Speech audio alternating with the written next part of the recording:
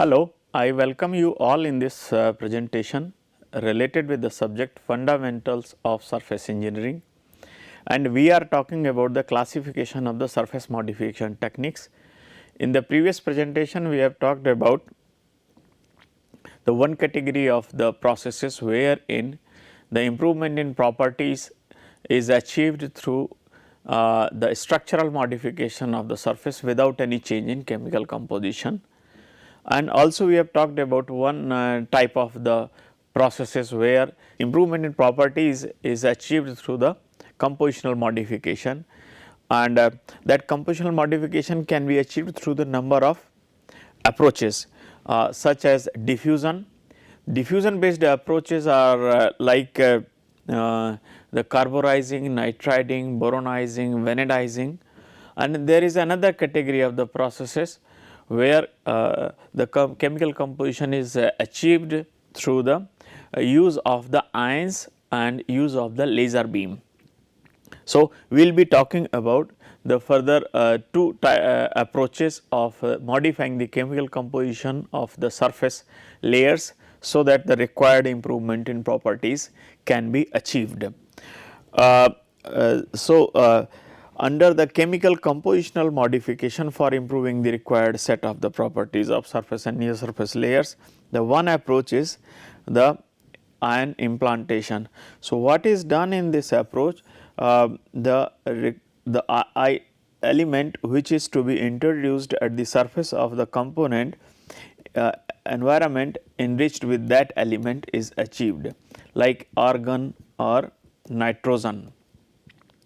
And then this environment, through this environment, the beam of the ions is directed onto the surface. So, intermixing of the nitrogen and nitrogen with the substrate material is facilitated through the impingement or impact of these ions. And so, ions work in two ways. One, it damages the crystalline structure, makes it amorphous for improving the properties, and the element which is to be introduced in the surface of the component whose properties need to be improved, proper mixing is facilitated through this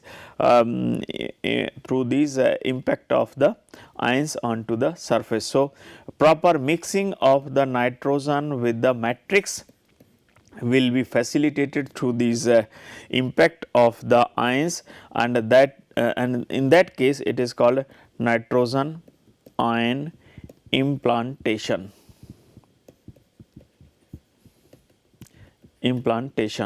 So, so this is one example where nitrogen is introduced through the impact of the ions onto the surface for improving the properties.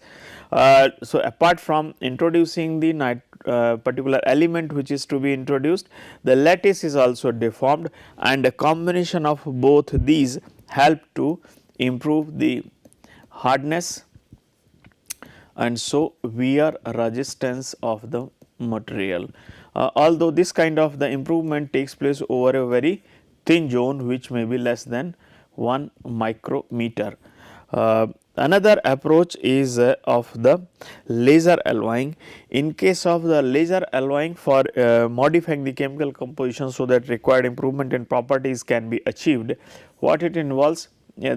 Laser alloying uses a very high dilution approach, where the material to be introduced is pasted or applied onto the surface of the substrate or the component whose composition is to be modified for improving the properties, and then laser beam is directed onto the surface. So, melting of the material pasted onto the surface as well as little bit melting of the substrate also takes place. So, melting of both material which is applied at the surface as well as melting of the substrate material both leads to the intermixing, and this intermixing is called dilution. Dilution percentage or the extent of mixing of the base metal with the material which is applied at the surface is very high in case of the laser alloying, like 40 to 50%.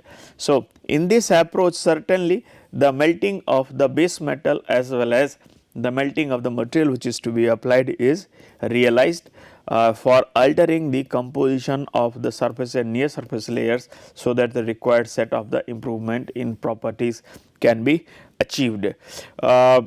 Since the laser is a high energy density processes and it focuses over a very small area, so we need high power lasers in order to cover the larger area if the compositional modification of the surface layers is to be achieved. At the same time, it also will be leading to the development of the heat affected zone, and if the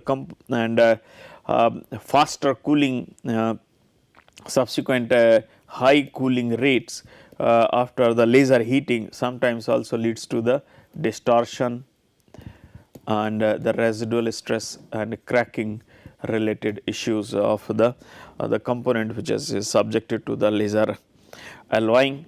So, but this is also one of the approach. So, there are three broad categories of the compositional modification for improving the surface properties. One is diffusion, about which we have talked, involves like carburizing, nitriding, boronizing, vanadizing. Another is ion implantation, where the nitrogen or other suitable element is introduced at the surface, as well as the lattice structure of the near surface layer is also deformed or damaged. And third one is the laser alloying. So, the component remains in the solid state in these two cases, but here the surface layer of the substrate or the base material is brought to the molten state in case of the laser alloying. The very commercially used process involves like carburizing, boronizing, nitriding, etc., where diffusion is used for modification of the chemical composition. While these are the two very advanced processes, these are completely slow. So, these are to be used for very specific applications where it is not possible to use the diffusion based processes, where entire component needs to be exposed to the high temperature conditions, so that required chemical compositional modification can be achieved. So, smaller areas which are to be improved, or the conditions do not favor for using the diffusion based approach for surface modification of a particular component. So, for those cases ion implantation and the laser alloying can be used for modifying the surface properties.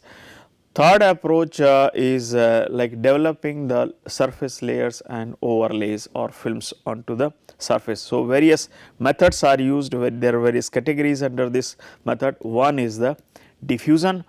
In case of the diffusion, like the component whose surfaces are to be modified for improving the surface properties, basically the chemical composition is modified at the the surface layers are developed through the diffusion. So, here in this case there are two methods. One is CVD, which is called chemical vapor deposition, and another is PVD, physical vapor deposition.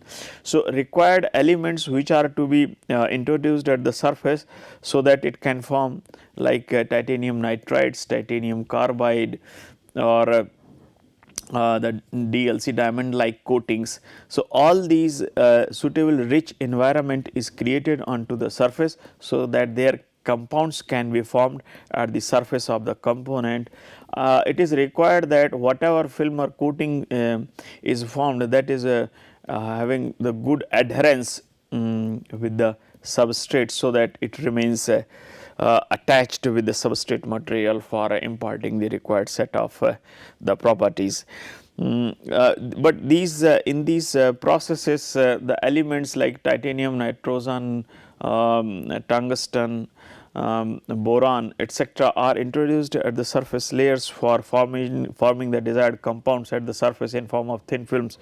And the films are really very thin, less than 1 micrometer to or sometimes even 1 to 5 micrometers in the thickness for imparting the desired set of the properties. This method is commonly used for developing the coated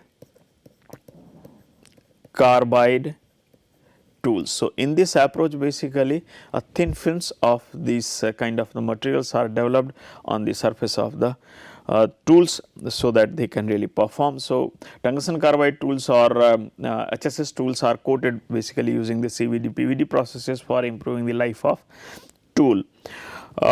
Then we have the another category of the process where surface layer or the films and coatings are developed. This includes the weld overlays. So, in case of the weld overlays, basically we use the consumable arc welding processes. So, like this is the substrate and we use the electrode of the suitable composition whose coating or weld overlays is to be developed. So, here arc at the end of the tip of the electrode, this will be causing the fusion of the substrate as well as the heat of the arc will be fusing the electrode as well.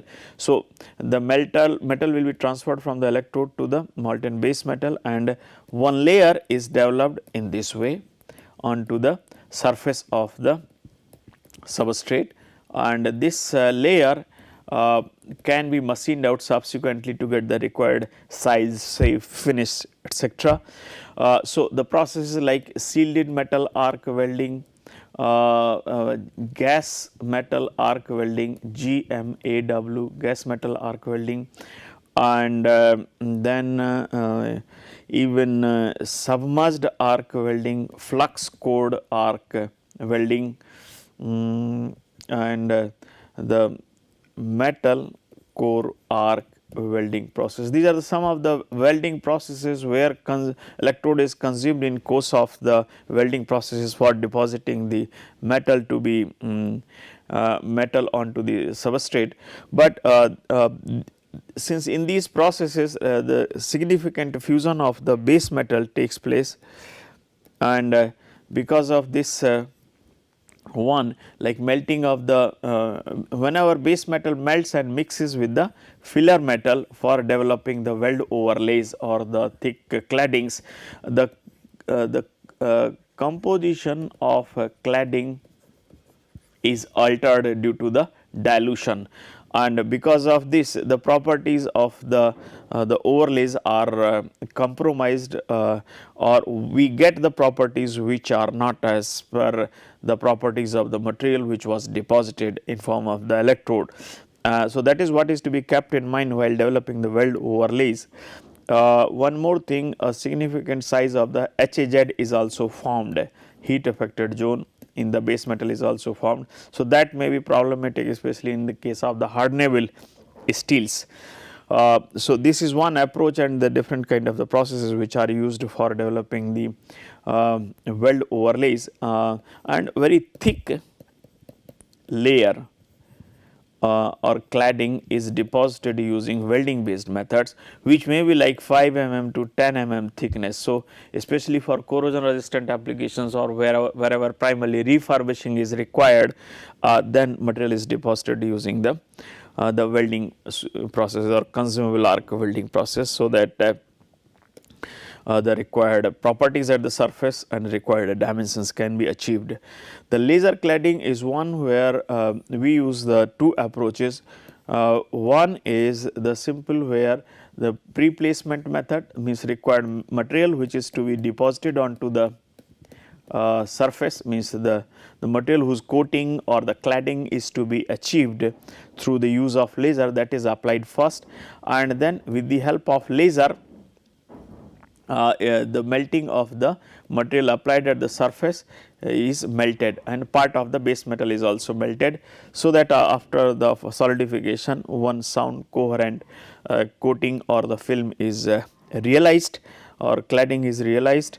Claddings are thicker, coatings are thinner and films are further thinner. So, depending upon the thickness there is no although very hard and fast demarcation line for these three categories, films, coatings and claddings. Normally thickest the films thickest layer is developed in the case of the cladding, then somewhat thinner in case of the coating, and then films are very thin. So, application of the laser will be melting the material applied at the surface, which will be causing the melting of the base metal as well, and intermixing will lead to the development of the claddings onto the surface. So, this kind of the melting will be leading to the development of a film or cladding onto the substrate. If but this one, if we see, this is similar to the laser alloying, but with the difference is that laser alloying has the dilution level very high, while in case of the laser cladding dilution is controlled significantly, and dilution may be like say 5%, means the melting of the base metal is very less. So, the alteration in composition and properties of the coating material is less as compared to that of the case when other welding processes are applied. So, the limited dilution will be changing the composition of the cladding which is being applied will be very less, and therefore, we may expect much better improvement in properties of the component component which has been subjected to the laser cladding. Normally this method is used where heat input to the base metal, very less heat input to the base metal is required, because too high heat input sometimes causes the problem of distortion, residual stresses, and even cracking. So, to avoid those undesirable effects, laser cladding helps to have very limited heat input to the base metal, and which is good from the surface modification point of view. So, coming to the dipping of the component in hot melt, so that the film or the coating can be developed onto the surface of the component. So, what is done basically, a bath of the molten metal is prepared by heating, and component on which film is to be developed, like for galvanizing purpose or for developing lead, tin, etc., aluminum and chromium, the bath is developed of the suitable element, which may be like chromium for chromizing, and aluminum or the lead or zinc. So, the suitable bath is developed, and then component article which is to be coated is dipped into the bath, and then it is taken out. So, after the solidification of film will be there onto the surface of the component, and sometimes interaction between the film and the substrate material leads to the good bonding. So, the bonding may be the metallurgical as well as it may be the mechanical interlocking, that is how the bond is made, but this kind of approaches are used for various purposes, like improving the corrosion resistance or improving the aesthetic value through the chromizing or aluminizing. Aluminizing is also used for improving the corrosion resistance. So, depending upon the purpose, suitable material is selected, so that required purpose of surface modification can be realized through the development of suitable films. There are other methods also of developing the films which are based on the electrolysis. So, if we see the developing, this is one approach where surface layer is developed, surface layer is developed, and this layer can be developed through various approaches, like diffusion based or the melting of the substrate and the material, and the dipping the component in the hot metal bath. These are the three different approaches. One more approach is where electrolysis is applied. So, in case of electrolysis approach, the electroplating is used for developing the coatings of the different kind of the metal systems, so that the surface properties can be improved, and it includes like the chromium and nickel coatings are used for improving the aesthetic value or for improving the appearance of the product. So, most of the bathroom fittings and the components which are need to be used of very good in appearance, they are coated with the chromium and nickel.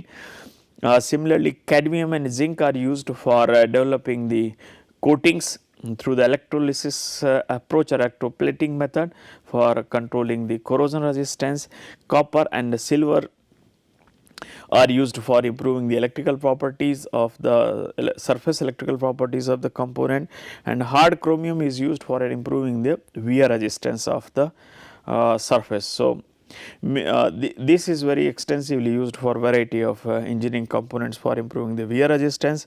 And apart from the electroplating, and there is another group which is called electroless plating, where where solutions are used for developing the coatings of the nickel phosphorus and nickel boron, and this type of the coatings are used primarily for improving the corrosion and wear resistance. So, apart from the diffusion, melting, electrolysis, and there was one more method which was a hot dipping of the molten metal, hot dipping of the component in the molten metal.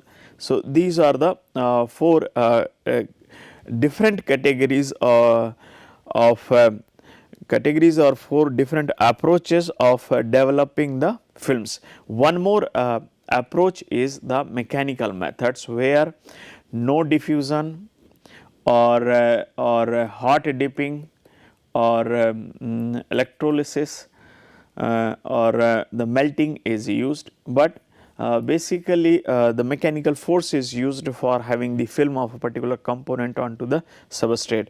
Mechanical plating is, say, the zinc and the component on which coating is to be done is intermixed for a long period, so that the coating of the zinc onto the component of the iron is made. So, coating over the iron or the steel component of the zinc using the mechanical plating is commonly used for improving the corrosion resistance. Roll bonding is another method where this is called accumulative roll bonding. In this case, like this is one component on which a layer is to be developed. So, what we are doing, this surface will be cleaned very using mechanical and chemical methods, so that it is free from oxides and other impurities. And another material whose cladding is to be developed will also be subjected to the proper cleaning using mechanical and chemical methods. Then 2 are brought together, and once it is once the 2 are placed one over other like this, then they will be passed through the suitable combination of the rollers. So, roller, when it will be passed through the rollers, the some kind of the bond mechanical interlocking between the 2 will be taking place, and after passing through the rollers, the very thin bond line will be existing, and the 2 will be bonded very firmly with each other. This is also used for developing the sandwiched component, where a layer of one material is developed over another layer through the mechanical interlocking. This is called accumulative roll bonding, and in case of the explosive bonding, of course, as name appears, there is one fixed or stationary component, and cladding of which material is to be, and the material of which cladding is to be applied is used as a prime component or the moving component, and over this we put the explosive material like this, and this is done at a certain angle. So, when the explosive is fired, the prime component will be moving towards the stationary component on which coating is to be applied, and with the impact it hits the surface and forms the bond. So, the kind of bond which is formed, that is determined by the kind of the interface which is will be there. So, the interface is heavily damaged, means plastically deformed, and this is the kind of interface is formed. So, greater is the interfacial deformation between the 2 component at the interface, greater will be the bond strength, and if the interface is flat of the 2 sides, then it will be leading to the poor bonding. So, in case of explosive is fired, this prime component hits the another component on which it is to be applied and forms the by the impact surface layer deformation at the interface takes place, and that results in the wavy structure of the interface, which provides the required bond strength, and that is how the cladding of the one material over the another material is applied through the use of explosive. This kind of method is especially used for those where other methods are not feasible, due to the metallurgical incompatibility, fusion methods cannot be applied, or the diffusion is not that feasible because of the larger area and greater sizes. If the diffusion is not feasible, then such kind of the methods means explosive bonding is applied. And in case of the hot isostatic pressing, it is a kind of the diffusion which is facilitated at a high temperature, like this is one component and this is another which is to be applied onto the substrate. So, the two will be kept at a high temperature under pressure, so that at the interface, so the surfaces cleaned polished condition are kept under pressure at a high temperature. So, across the interface diffusion takes place and the bond is formed. So, at constant pressure at a high temperature, the two components, two parts means the material whose coating is to be applied onto a particular substrate, the two are kept under pressure at a high temperature. So, interfacial diffusion facilitates the bonding between the two for developing the coatings of particular material onto the substrate. Now, we have seen that there are different approaches for modifying for improving the surface properties by changing the chemical composition, or there is no change in chemical composition, just a structural modification is achieved, or thin films are developed or coatings are developed onto the substrate, so that the required set of the properties can be achieved. But all these methods are not of the same type, because they will be resulting in the modification up to the different depths. Because they each one will be having the kind of the different approach. So, the different methods have been compared based on the technological level which is involved with the particular method and the kind of process complexity which exists in. So, the lowest technology level and the lowest process complexity exist in the process, like where burnishing is carried out, and then resin bonded coatings are used, it will be having somewhat greater technological level and the process complexity. Then further on the higher side, we have the induction and the flame hardening, very good control over the temperature, the frequency and the current in case of the induction hardening, and the control of the flame or we can say the flame movement, so that require austenitization is taking place, followed by the rapid cooling in order to have the desired martensitic transformation. So, somewhat greater technological level and greater process complexity exist in the induction and the flame hardening. Then somewhat greater further greater is there for carburizing, nitrizing and anodizing.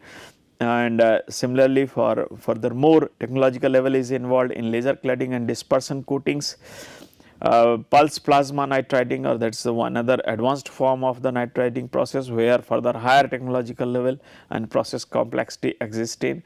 And the most advanced processes technologically are like physical vapor deposition and chemical vapor deposition processes, and they are also complex in terms of the control which is needed to have the desired set of the properties in the modified surfaces. So, very close control over the process and very high technologically good coatings are developed using the physical and chemical vapor deposition processes.